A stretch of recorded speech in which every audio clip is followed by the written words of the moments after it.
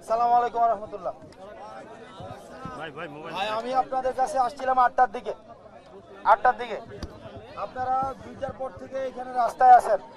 এটা শুধু আমার জন্য না, আজকে বাংলাদেশে সবচেয়ে যদি কোনো দুঃখজনক কোনো ছবি থাকে, সারা বাংলাদেশের মধ্যে সবচেয়ে দুঃখজনক ছবি এটা হচ্ছে এই ছবিটা, যে এই বাংলাদেশ যাদেরকে দিয়ে পাইছে তারা হচ্ছে সুচিকিৎসার জন্য এই 3 মাস পরেও রাস্তার মধ্যে আজকে আশা থাকতে হচ্ছে। এবং আমি শুনছি আরো এরকম, আমি এই নিটোর হসপিটালে গেছি, আমি কিচেনে গেছি, খাবার দেখছি, এগুলো ভাই কোনোভাবেই একটা সুস্থ মানুষকে যদি 3 দিন এখানে খাবার খাওয়ানো হয় অসুস্থ হয়ে যাবে। 3 দিন লাগবে। আমি নিচে গেছি, এখানে যেটা লিফট আছে 1 তলা থেকে 13 তলায় পর্যন্ত যাইতে, এই লিফটের যদি কোনো কারণে ইলেকট্রিসিটি যায় ওই লিফটে মানুষ মারা যাবে। এটা কোনো হসপিটালের কোনো পর্যায়েই পড়ে না। এখন এই হসপিটালের মধ্যে হচ্ছে ওনারা চিকিৎসা নিচ্ছে এবং এটা খুবই দুঃখজনক যে এই কাজটা করা হচ্ছে। এখন আমরা সরকার না, একটা জায়গায় স্পষ্ট, আমরা আপনাদের ভাই, আপনারা যেমন 3 মাস পরেও রাস্তার মধ্যে আসেন, আমরাও ঠিক এই পুরো সময়টা রাস্তার মধ্যেই থাকতে হচ্ছে, পুরো সময়টা। সেই জায়গা থেকে আপনারা যখন রাস্তায় আসেন, সরকার আসছে কি আসে নাই সেটা কিন্তু আমরা বসেছিলাম না, আমরা কিন্তু আসছি। ওই সার্জিসের ডেঙ্গু হয়ে আসে এবং আমাদের ওই যে সদস্য সচিব হচ্ছে আমাদের যে আরিফ সোহেল আশা কথা বলছে। এখন এগুলা কথা না, বিষয় হচ্ছে যে আমরা শুধুমাত্র আশ্বাসের পরে আশ্বাস পাচ্ছি, শুধুমাত্র আশ্বাস। আজকে কালকে করছি, দেখছি, হচ্ছে, কিন্তু এই আশ্বাসের আসলে আমরা অবসান চাই। আমার যেই অনেককে 50,000 টাকা দেওয়া হয়েছে, অনেককে 1 লাখ টাকা দেওয়া হয়েছে, বর্তমান যে বাজারে 1 সপ্তাহ গেলে আমার মনে হয় যে 2-3 ফ্যামিলির সদস্যের এই 50,000 টাকা দিয়ে 1 মাস চলা আসলেই কঠিন।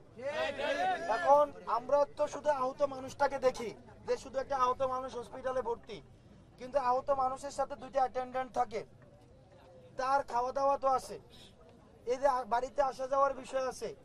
আর যার 1 পেট, যে দেখা গেছে কি অনেকে আহত হয়েছে, তার হাত দিয়ে হচ্ছে পুরো সংসারটা চলতো। আমাদের এলাকায় বলে 1 রুজি 5 পেট, অর্থাৎ 1 রুজি দিয়ে 5টা পেট চলে। এখন যার রুজি এ হইছে হসপিটাল এসে ভর্তি, আর বাকি 5 পেটের তোর খবর নাই।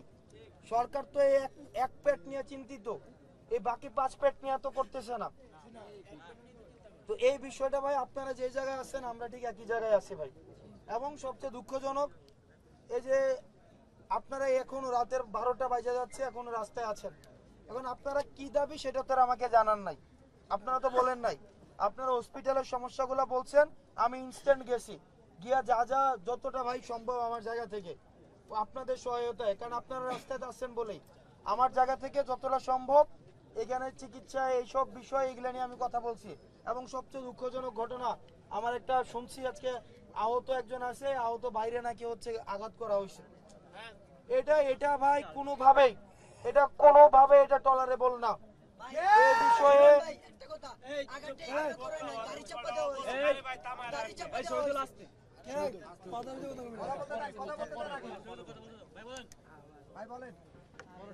এখন ভাই আমি কি সিদ্ধান্তটা পরে বলতেছি। এখন আপনারা যদি অনুমতি দেন আমি মন খোলা আপনাদের সাথে আলাপ আলোচনা করবো, মন খোলা। এখন 2টা বিষয়, এক হচ্ছে আমরা তো আমাদের যারা শত্রু, আমাদের শত্রু কিন্তু মানে বিশাল বড় একজন শত্রু, সেটা হচ্ছে আওয়ামী লীগ। এখন দেখেন, আমরা আমাদের ভাই, আমাদের নিজেদের মধ্যে মনোমালিন্য থাকবে, ঝগড়াঝাটি থাকবে, কিন্তু আওয়ামী লীগের প্রশ্নে কিন্তু আমরা আপোষহীন। আপনি আজকে আমাকে গালাগালি করবেন, কালকে আমি আপনাকে হাতে তালি দিব, গালাগালি করব।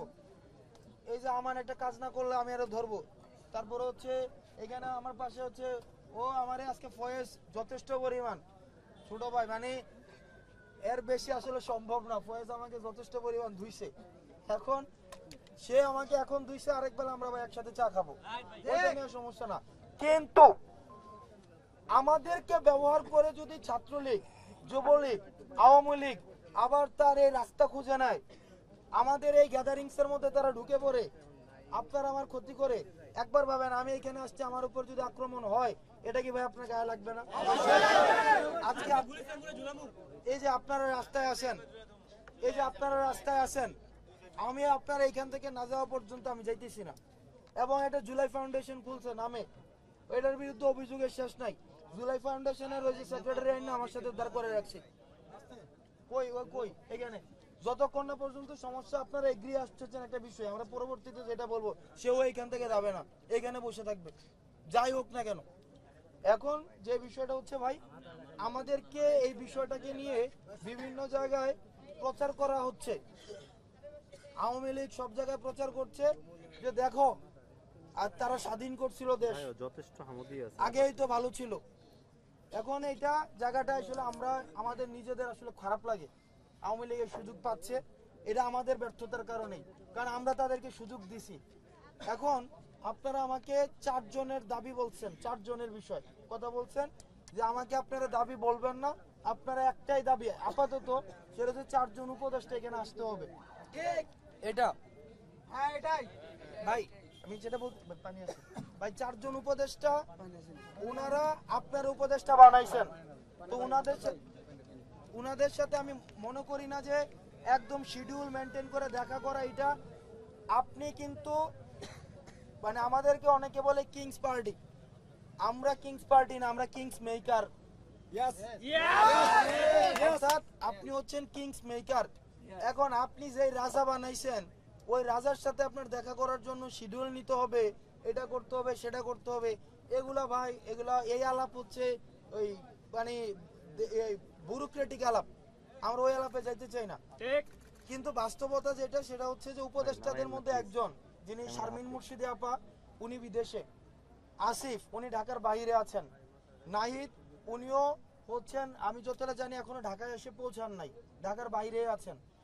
আর আমাদের যিনি আজকে যার সাথে আমাদের আজকে একটা অনাকাঙ্ক্ষিত ঘটনা ঘটেছে, এবং এই যে শহীদ, এই বেচারা অনেক কষ্ট পাইছে, এবং এই বেচারা আসলে এটা খুবই দুঃখজনক, ওর গলার মধ্যে এখনো পর্যন্ত ইয়ে আছে শহীদের। এখন বিষয়টা যেটা, ওই ওনার ক্যান্সার, আমি একবার ওনাকে নিয়ে এক মন্তব্য করে বসছিলাম খাগড়াছড়িতে, যে উনি বিদেশে চিকিৎসা নিতে যাচ্ছেন, উনি যদি দেশে চিকিৎসা নিশ্চিত না করতে পারেন, একটা স্বাস্থ্য উপদেষ্টা উনি যদি বিদেশে যায়, তাহলে আমি কোথায় চিকিৎসা নিব? তো পরে আইসা আমি জি, তো আমাদের আসলে গুলিস্তানে চিকিৎসা নিতে হবে, কারণ শহীদের যেই গতি আমারও আসলে সেই গতি।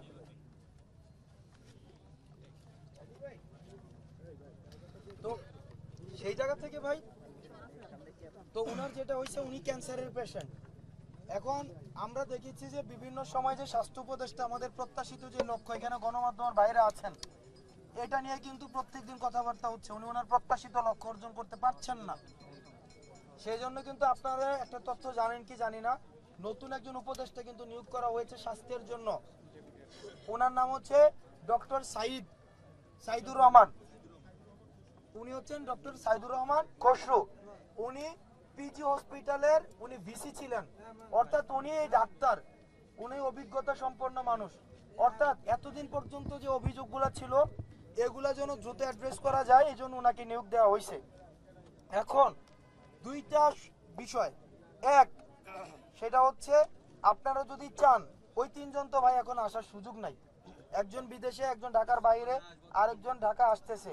ভাই আপনি বলার থাকলে বললেন ভাই, এখন ওনারা ঢাকার বাইরে, তাহলে দেশে আসে এখন নতুন উপদেষ্টা যিনি হয়েছেন স্বাস্থ্যের জন্য ডক্টর সাইদুর রহমান, আপনারা চাইলে উনি আসবেন, উনি আসা উচিত, উনি আসবেন। এখন আপনারা যদি বলেন যে না আমরা ওদের সাথেই বসবো, এবং নতুন যে স্বাস্থ্য উপদেষ্টা হয়েছে উনি সহ বাকি জনের সাথেও বসবো, আমাদের ছাত্র উপদেষ্টারাও থাকতে হবে এখানে, সেটাও সম্ভব।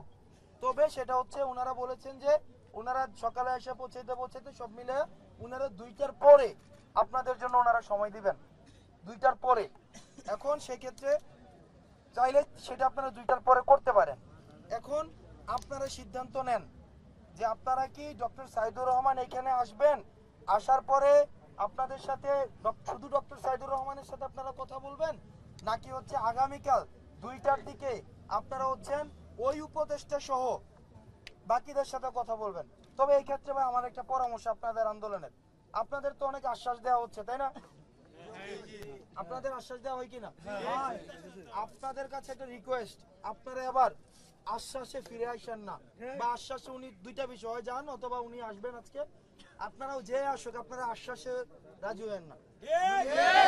আপনারা যেটা করবেন উনারা অন্তত মানে ভাই লিখিত কাগজ যেটা মানে যে কোনো ফরম্যাটে, আমি লিখিতর কথা বলতেছি এটা হইতে পারে, অর্থাৎ আমি ডকুমেন্ট যেন থাকে, এটা ডকুমেন্ট হইতে হবে এবং এটা যেন এটা সময় বেঁধে দেয়, এটা সময় বেঁধে দেয়। এখন ভাই এটা আপনারা সিদ্ধান্ত নেবেন, আপনারা এটা মানে কি করবেন বা কিভাবে কি করছেন, এটাই ছিল আমার বলার বিষয় আপনাদের কাছে।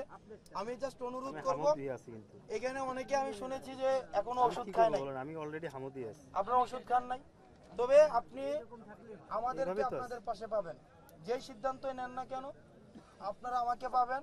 এই যে আমি আসছি ওখান থেকে, আমি কিন্তু এখনো যাইনি এবং আপনাদের সিদ্ধান্ত না নেওয়া পর্যন্ত আমি যাবো না, এখন এটা সিদ্ধান্ত আপনার। তবে আপনারা যদি এখানে রাতে থাকেন বা এই বিষয়ে যদি আপনাদের চিন্তা ভাবনা থাকে, ইতিমধ্যে কিন্তু ছাত্রলীগ ইস্যু নিয়ে একটা ঝামেলা হয়েছে মনে হয় এখানে, আমি যতটা শুনছি এখানে, এখানে কি ঢুকছিল পুলিশে ধরে দেওয়া হয়েছে ভাই, ওটা সমস্যা না, পুলিশে ধরে ওটা কোনো সমস্যা না, ওটা কোনো সমস্যা না। আচ্ছা এখন এই বিষয়ে হচ্ছে আপনারা ভাই ইয়া করবেন যে কোনটা কি করা যায়।